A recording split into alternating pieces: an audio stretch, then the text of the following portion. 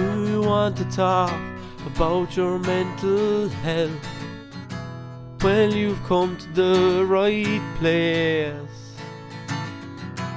I'm your host. You can call me Horse. Why the long face? Hello, and you're very welcome back to another episode of Why the Long Face with me, Horse O'Keefe. I am, of course, joined by my best friend, Mr. Jambon O'Connor. Hello. It's very rare for me to be heard this early in the podcast. Yeah, well, we're changing things up this week because it's my podcast and I can do whatever the fuck I want. I'm the editor, so... That's true. You could also completely ruin my life. Anyway, firstly, I just want to apologise for the uploads of the podcast being a bit all over the place. We are in a very much age where we're dependent on the internet, and I am without internet. So I'm hoping that this episode will go up when it's supposed to, but who fucking knows? We'll have to just wait and see. But anyway, this week we're discussing a radio drama that originated from a short story that I wrote. So, take ourselves back a couple of years when Horse was doing his Leaving Cert. There's a part of English Paper 1 where you can write a short story. And as an exercise, our English teacher just told us, just write a short story about whatever you want. So I think she gave us the weekend to do it. And to be honest, I don't know where the idea came from. I think it had just come to me a couple of years previous. So I decided to write this short story from the perspective of rain. And my logic behind it was that it rains pretty much all over the world. Rain can see all the issues that are happening in the world, and it was kind of like this thing of using rain as a voice to kind of discuss the things that I was angry about or the things that I was upset about in relation to the human race, kind of a thing. So like I said, it's told from the perspective of rain, but rain is personified to speak and kind of have human thoughts, I suppose. And the story itself basically follows rain telling us about this one kid in particular called Michael, who is going through a tough time and is struggling with his mental health. And I suppose the story is kind of partly autobiographical in that I am Michael in the story, but I'm also Rain. So the story that Michael is going through, for the most part, was based on me, and then the thoughts and the anger that Rain had was based on the emotions that I felt at the time. So I remember writing this short story and my English teacher absolutely loving it, and it being a piece that I was very, very proud of. And then, I did my Leaving Cert and I ended up not being able to use it. So the story disappeared and I never really did anything with it. Until the year of 2020, when Mr. Jambon O'Connor approached me with an idea. So in 2020, I was in the middle of doing a radio broadcasting and digital journalism course out of Kerry College in Tralee. And one of the assignments that we had to do was based around the whole idea of post-production. So post-production basically is editing. So obviously I wanted to do a project where it was extremely heavy when it came to editing. So in a radio course, heavy editing would be the addition of a lot of sound effects, a lot of EQing, making things sound different from what they are recorded. So the idea of using a radio play or a radio drama was something that popped into mind, because obviously I could use a lot of editing, adding sound effects and the like. Then I started thinking about, how do I go about writing a radio drama? And then I reached out to the most dramatic person I know, Mr. Horse O'Keefe. And obviously I had read the short story back in 2016 and it obviously stuck with me. We were going to do something about it at the time, kind of some sort of short film or using imagery, but like having stock imagery cut in with actual film that we had done, something like that, but it kind of fell by the wayside when we went our separate ways for college. But the idea of adapting this short story to a radio drama came quite easily. I reached out to Owen and said, can you alter this so that it can be audio only and be a little bit more, take out some of the description almost, so that it can be added via sound and do a little of show, not tell, I suppose. So we were still in the height of COVID lockdowns when all of this had to happen. So as part of the radio course, we were provided with remote recorders, and I was living in Tralee at the time, so I came home for one weekend back to Owen, made sure neither of us were infectious with COVID anyway. I don't know, was he infectious with anything else? But yeah, so we set up a tiny little recording studio in his parents' walk-in wardrobe. We packed a little shelf full of pillows and quilts and all sorts, and put the recorder right in the middle of one of these shelves to make the best sounding studio we could with what we had available to ourselves. And it turned out great. But the main point of this project was to focus on the editing and how it was going to sound when it was finished. So the recording maybe took half a day, thereabouts, to get all the voiceover done. Owen had a script and he kept just reading it off, and I was giving him notes as to, say this slightly differently or take a pause here. The editing itself took about 30 hours in total, from start to finish, because I knew exactly what every single bit sounded like in my head, and I didn't rest until everything sounded perfect, in my opinion. But it was absolutely worth all the work. The people that we showed it to were quite impressed by it, I would say. And I ended up getting a distinction in my course. I was the only two people got a distinction in the course out of a class of 16. So I suppose putting in the work gets you results. And yeah, it's something that I'll always have as part of my portfolio for radio and editing work. And I'm very happy that I got to work with my best friend of so many years on this project. So we are going to play it for you now. It's about 13 minutes.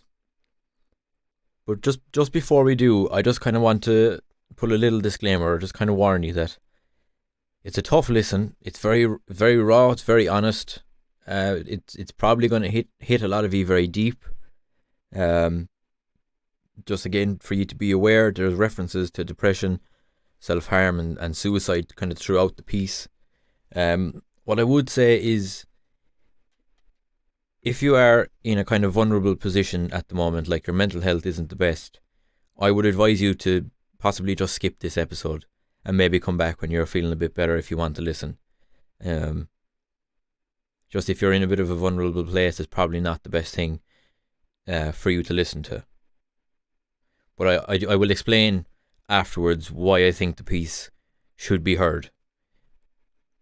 So, if you're still here and you're still willing to listen, here's Rain.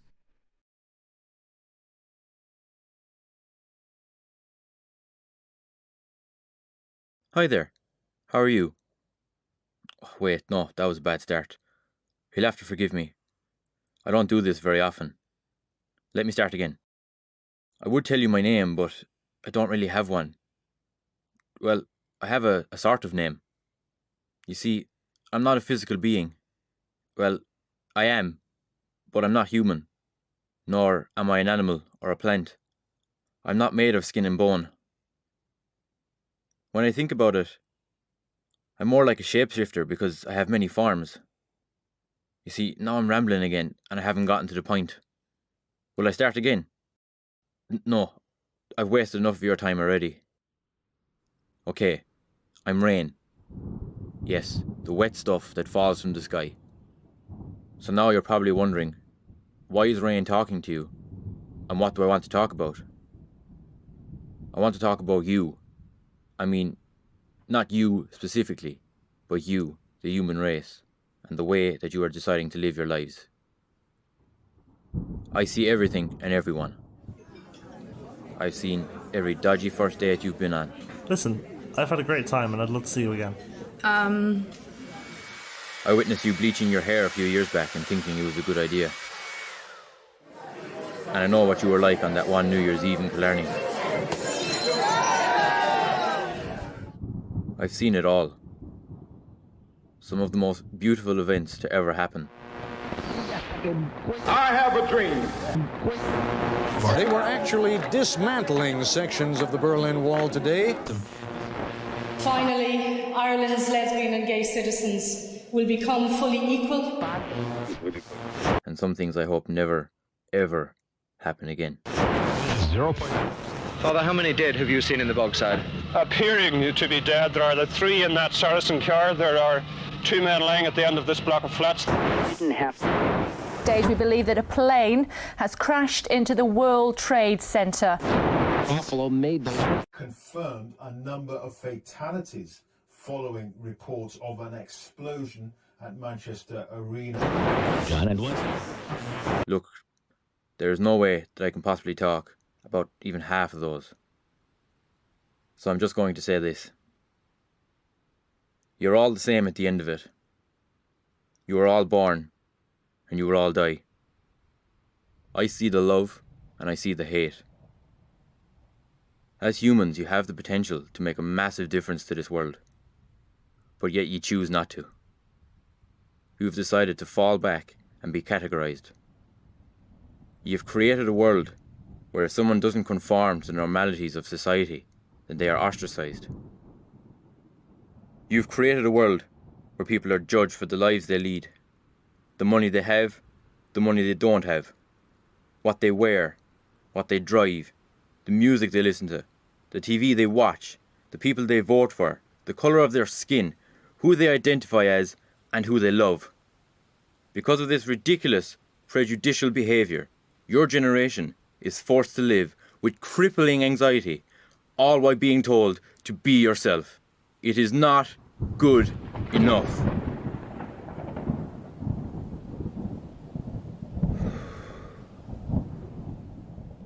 Now, obviously, there's not much I can do about the people that think they're God's gift. I could just constantly rain down on them, but then that would just cause a whole load of natural disasters, and I'd have Mother Nature on my back. Again.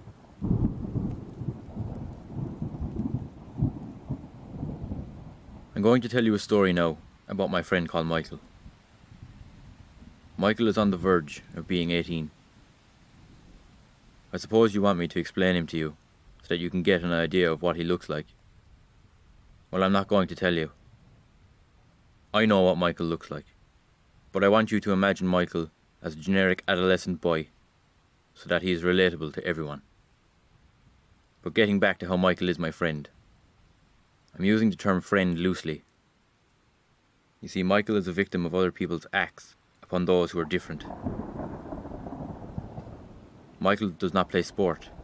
He's really into card games. He's no interest in house music, but he loves the songs of the 1970s. He's very often the most intelligent person in the room, but is far too shy to let it be known in any way. Michael has spent the majority of his 17.5 years trying to make the best of a bad situation. He's adapted to living with an old, broken phone in his pocket, a broken TV in his tiny room, and unfortunately, a broken relationship with those who are supposed to love him most. So what I'm getting at is, unfortunately, Michael is bullied. And what's worse is that Michael can't deal with the bullying. He can't fight back. He waits until 5 to 9 to go into school in the morning, and he leaves as fast as possible at 3:30.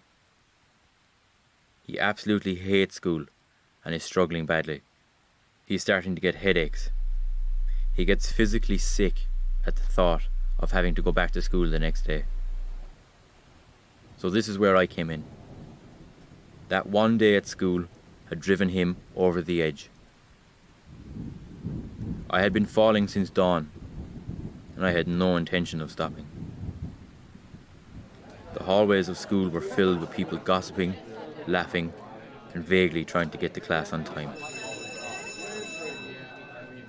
As always, the timid, quick footsteps of my friend entered the hallway with seconds to spare before class.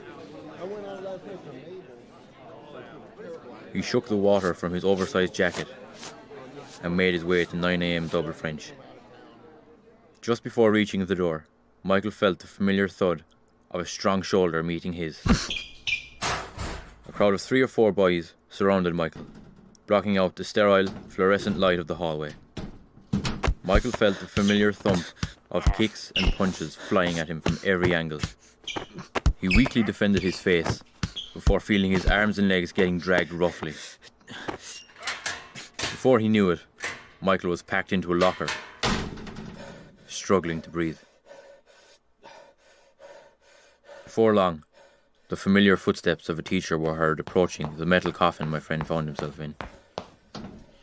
The door rattled and swung open, with Michael scrambling to get out. He had never been so upset or angry in his life. He didn't know whether to cry or to lash out and hit someone or something before anyone could ask if he was okay, before anyone could ask what had happened, before Michael could figure out if anyone cared. He started running. Straight out of school, and he kept running until he got home. He ran and he took no notice of me, but I took notice of him. His face was wet, but I couldn't differentiate between tears and rain. When he arrived home, he locked himself into his shed. Luckily, the window was open, so I could still see in. The boy I could see was a mere shadow of what he should be. I felt what he was feeling. It's like a hybrid emotion that we only feel in times of great pain. It's a mix of anger and sadness, and you change between these emotions every millisecond. It has your heart racing and your brain pounding. Michael had never been tough, and he didn't like pain.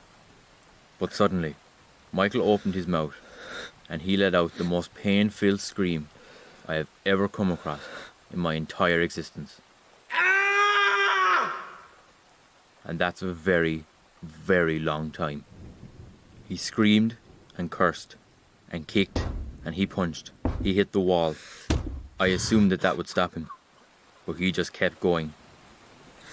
I came down more and more in an effort to distract him or get him to stop. But alas, it was futile. He hit the wall again and again, harder and harder, until blood dripped down his fingers. I wish I could say that Michael slouched to the floor slowly, but the hard truth is that he fell straight to the ground with an all-merciful thud.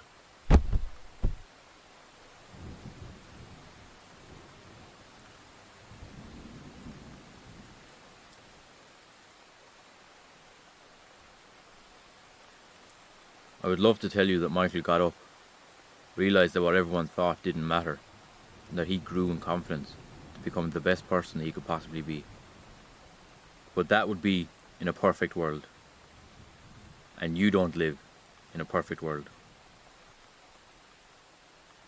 You live in a world where those who are different are mocked and are forced to go through extreme lengths that no one should ever be pushed to. When Michael finally arose from the floor, he stood up, and he had this malicious intent in his eyes that scared even me. He walked over to his dad's tool bench. He frantically threw tools around. I prayed that he was looking for a bandage for his hand, but something told me that he was not looking for something to help him.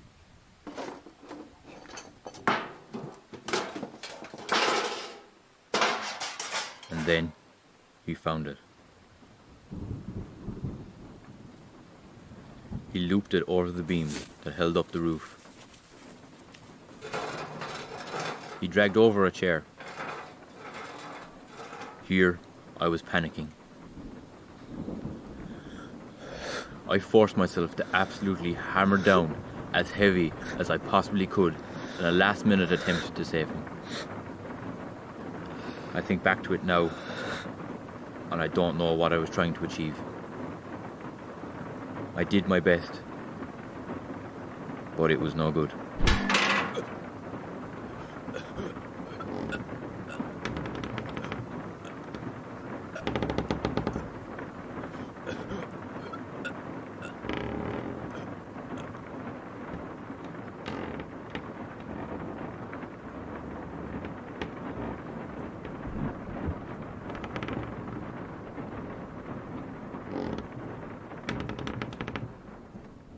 I hope you now feel sick to your stomach.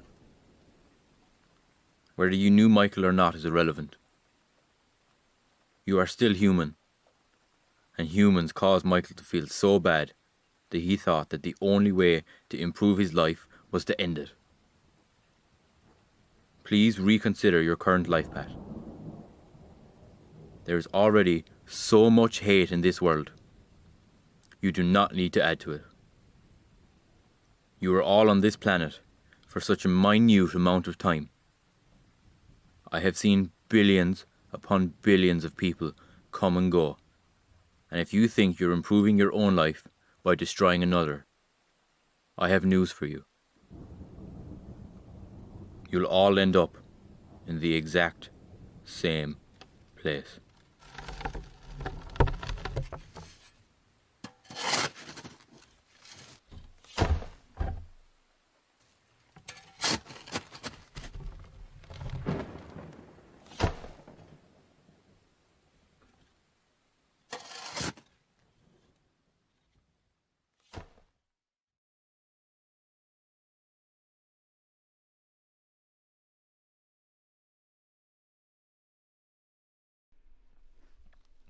So, that was Rain. I hope that you're all okay and that it hasn't upset you too much. But to be fair, in a way, it is kind of designed to upset and to kind of make you think about the way that we're living our lives. So, like I said, that started as a short story.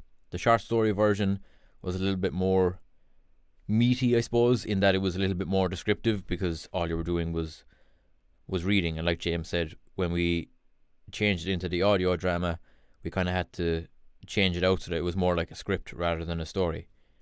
And I suppose when I wrote it, I just kind of like I do a lot of short story writing, and I still do. And when I start writing, I kind of tend to just keep going and don't stop. And like, in a way, I wasn't necessarily fully aware of what I was writing. I didn't like set out with the intention of making a very hard-hitting essay. For me, it was just homework, and I was just getting on with it. It wasn't until I just remembered. So when we handed it in on the Monday and said the Tuesday or the Wednesday when we went into class, our teacher turned around and was like, "Lads, I've corrected your essays. They're all very good, blah, blah, blah. But I just want to read you out an example of what an A standard essay is." And we're all like, yeah, whatever, grand. Waste a few minutes of class anyway. And the minute she started, I was like, oh, fuck. She's reading out my essay to the entire class. And read the whole thing, and then at the end, like, went around to every person in the class and was like, oh, what did you think of that? And asked everyone, deliberately skipped me, and then came back to me and was like, what did you think of it all? And I was like, it was alright, like. And she was like, you think your own essay is alright? And then I think in her head she had it built up that it was going to be like a oh my god. Well, I think most people probably knew that it was someone's essay in the class, but she called me up after class then and kind of really complimented me on the essay. And then I was like, oh shit, maybe I actually have done something good here. And I was really proud of it. Like, I've included that in my portfolios for college and stuff when it came to like showing my work. And then, like I said, it just kind of fell by the wayside. Like I would go back and I would kind of find it on my laptop and I'd reread it. And I suppose as the years have gone on, it's still very relevant, if not more relevant now, to just let people be who they are. Stop all this hatred. Like this whole idea of be curious, not judgmental. Don't be belittling people because you don't understand. Just take the time and ask them. And I suppose with the audio drama version, then again, I have that on my YouTube channel. I haven't listened to that in a good 2 years, if not longer. And then obviously today, preparing for the podcast, I listened back to it. And again, for lads who were in their early 20s, you know, it's a very solid piece of work. Like, I do listen to it and kind of cringe a small bit because I'm like, oh, I could have said that better, or, you know, I could have acted that a bit different or whatever. But it was also my very first time doing voice acting. But I still think as its own piece, it's a very solid piece. I know it hits hard, but I think sometimes you can't dance around topics, especially when it comes to mental health. I don't. I think that you have to tell it as it is. Tell the dark sides, tell the sad sides, because that's the reality of what people are going through. You know, I don't necessarily agree with if I'm talking about my mental health, I don't leave out the fact that I've attempted suicide before, because it's not giving people the full picture. How am I supposed to help people, or how is anyone supposed to learn that being depressed and being suicidal is okay if people don't talk about it? I think that's exactly what I was trying to tackle with this piece.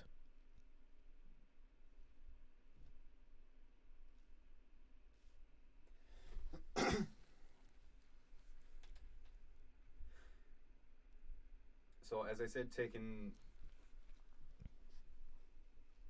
5, Tekken 7, Tekken 4. Ooh. On the PlayStation 2, the Platinum Edition. Yeah, that was good. Anyway. So, as I said, this took a lot of time to edit together, and I really, really had a desired finished product in my head before we ever started recording.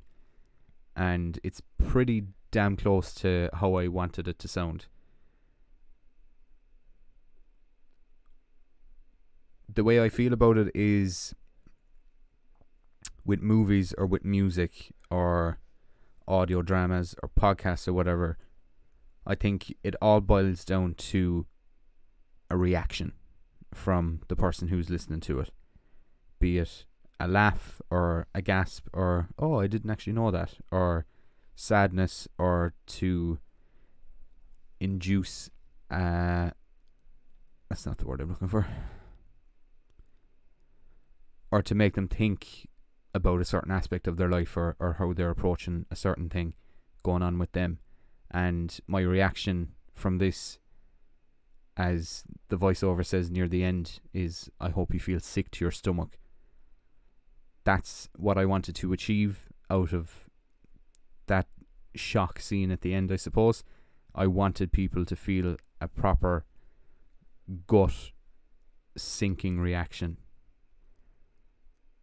And if you can get a reaction, no matter what it is, out of the audience from whatever it is you're making, I think that you've done a pretty good job. And I'm very happy with how this turned out in the end. It's funny there that you mention reactions as well, because it wasn't our first time working together on like a creative piece. Like, we were making short films when we were 15. Well, proper short films when we were 15, but even before that, on like days where we'd meet up, it was always making stupid little videos on our phones or whatever. So we've always kind of had that creative drive. And I'm trying to figure out a way of saying this that doesn't make you sound like you're an awful horrible fucker, because you're not. It was the first time I remember performing a piece with you there, and you having almost like a shocked reaction of how good it was coming across, kind of a thing. More specifically, like, I know with the actual dialogue parts, like you said, I was kind of having to maybe re-record or put more emphasis on certain words. Yeah.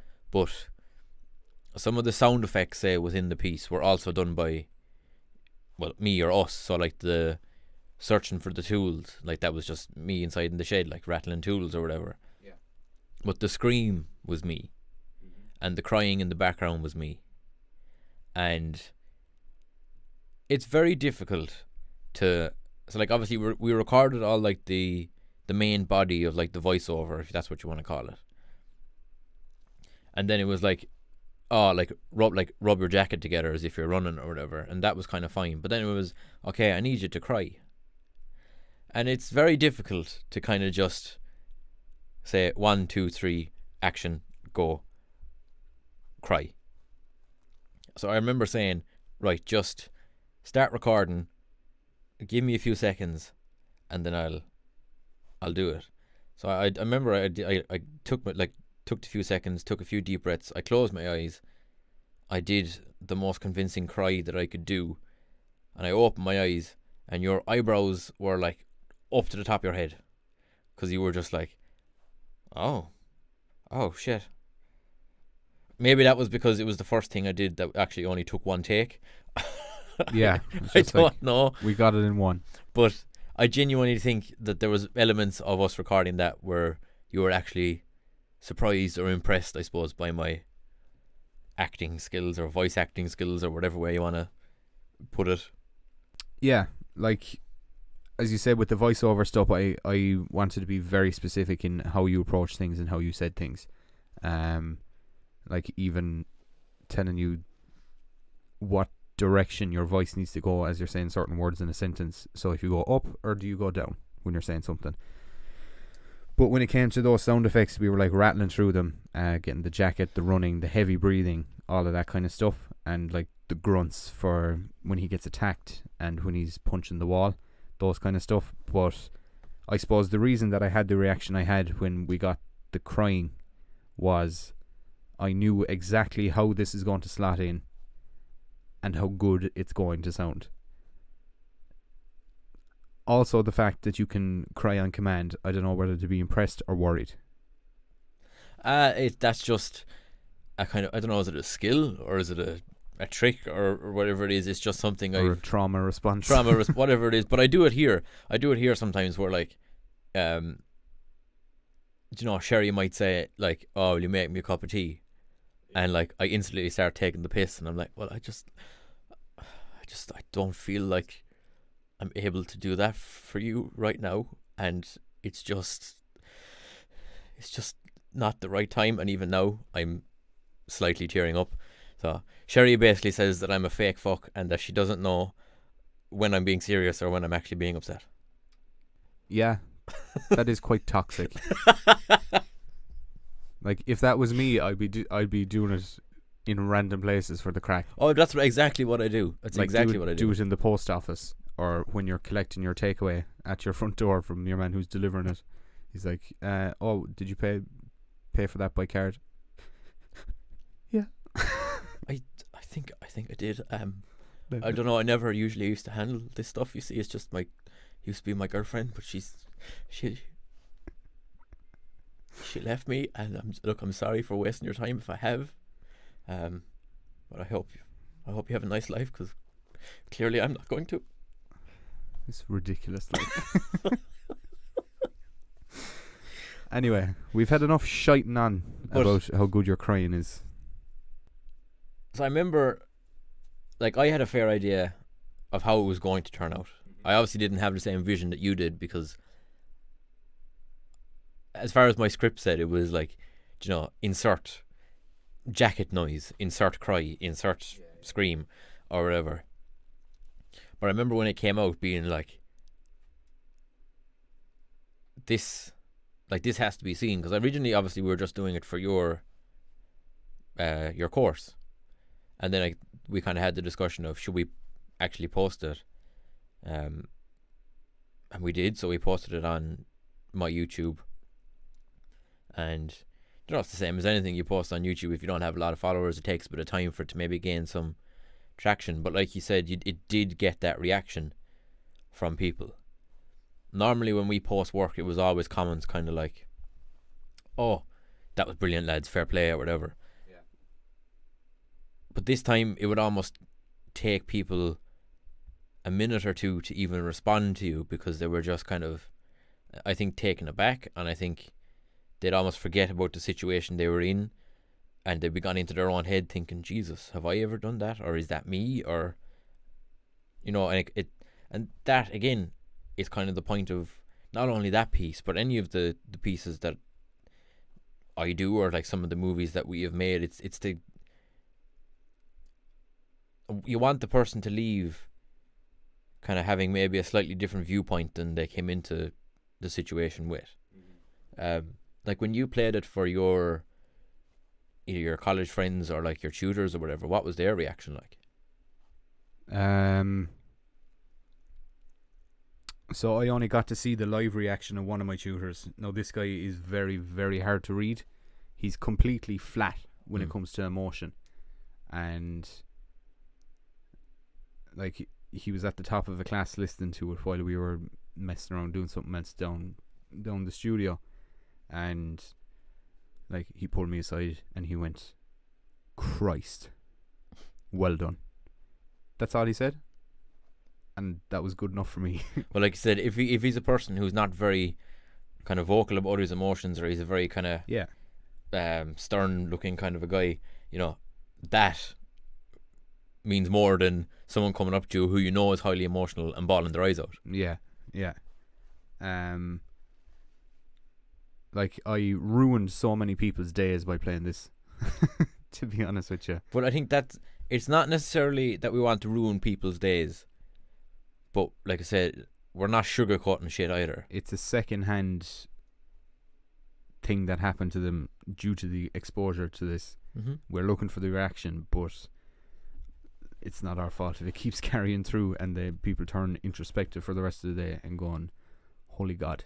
But that's also the thing, is that unfortunately there's an awful lot of mention about mental health, like constantly, like even say like last month was Men's Mental Health Month. But like, and you have all these big companies saying, "Oh, it's Men's Mental Health Month, and we're doing and raising awareness, blah blah blah." Where's that this month? It's gone because it's moved on to something else. Mental health is always there, and a lot of people talk about talking about mental health, but they don't actually follow through, and they don't actually understand. That's why there's still such a stigma against it. I feel like if there wasn't such a stigma around mental health, people wouldn't have had the reactions that they have. Like, it's about opening your eyes. Like, so like I said, Michael is me and Rain was me, and like the story was slightly changed around for, I suppose, storytelling purposes, but the main body of the story is correct. I went into school, I was being bullied, I had a really shit day, I came home, I went into my shed. Obviously I didn't end up following through, because I'm here to tell the tale. But no one at 14, 15 years of age should be having those feelings and going through that. No one at any age should be going through that. And if someone hears this piece and it slightly changes their perspective, and they might start being slightly kinder to people, then that's our job done. Like, as much as I talk about mental health for the people that are going through the hard times, it's also for the people who don't necessarily fully understand mental health, and to open their eyes and give them a bit more of a perspective on what it is that is potentially going on in someone's head, because you have absolutely no idea. And it's the little things. It's like a little smile, it's saying thanks, or like I do, and saying mind yourself. Those are the things that make a difference. And also just straight up just not being a cunt. I don't think I can say cunt, but I've said no. James is like, oh Jesus, might have to edit that out. But that's the long and the short of it. Like, majority of my teenage mental health wasn't necessarily caused by me. It was caused by other people treating me really badly for realistically absolutely no reason other than the fact that as far as they were concerned I was different because I didn't like sports and they did. And that's fine because you're young and your brain isn't fully developed. But in the long run, it affected me for quite a long time. I think that's why I was so glad when James asked could he use the story, because I was like, yeah, okay, because at least it's another way of it getting out instead of it just being stuck here on my laptop forever, you know. And I'm also glad that James brought up the story again to discuss as a topic on the podcast, because again I had forgotten about it, but it's probably one of the best pieces of work I have done. And I think it's very important for people to hear it and people to hear the hard side, not just what they see on TikTok where I'm discussing mental health, fine, yeah, but I'm doing it in kind of a more light-hearted, upbeat way. When, Joe, this is also the reality of a lot of people going through mental health issues. So I think you do have to show both sides. I obviously prefer to do the light-hearted stuff, but I do think that there's a time and a place for the really hard-hitting, gritty reality side of what it is that some people are living with every day.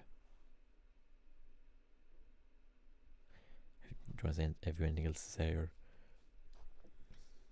No. Do I have anything else to say?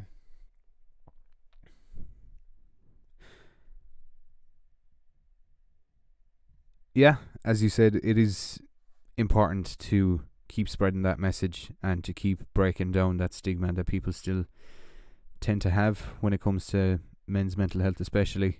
And look, I'm very happy that something that we put a lot of work into can have that effect and bring about the situation where someone is thinking about their approach to life a little bit more, thinking about how they treat people and how they conduct themselves, I suppose. Because if something that we have made can have that effect and improve people's overall outlook and make them that 1% kinder, I'm very, very happy to have instigated that. So we hope you took something away from the piece and our little chat afterwards. Hopefully it gave you a little bit more insight as to what we were thinking and how we approached creating this. And we'd love to hear any feedback that you have from it. It'd be great to hear what other people that aren't related to us think of the work that we create. And look, I suppose we made that 3 years ago based on a story that was written 6 years ago based on an event that was nearly 10 years ago. So the world has changed an awful lot since then, and I don't want to get into some mad political thing. All I'm saying is that we are now in a society where every day we're faced with people who are multiple different genders or sexualities or nationalities or religions or any of these things. And all I see, even on TikTok, I spend an awful lot of time on TikTok, obviously going through my own videos and posting and everything. I just see so much anger and so much hatred towards absolutely everybody. And is there really any need for it? We're all the same. We're all here trying to just live and get by. And like it says at the very end of the piece, we're all going to end up in the same place anyway. So lads, for the next few weeks, just think about the way you're living your life. Think about ways maybe that you could be slightly kinder, just in any sort of way. I'm not saying mad grand gestures. I'm not saying go out and start buying people's whole food shop from and running down the street and telling everyone you love them. It's not that. It's just the small little things. A little smile, a thank you, a mind yourself. Because that is the most important part of all, lads. No matter what you do for the next couple of weeks, mind yourselves.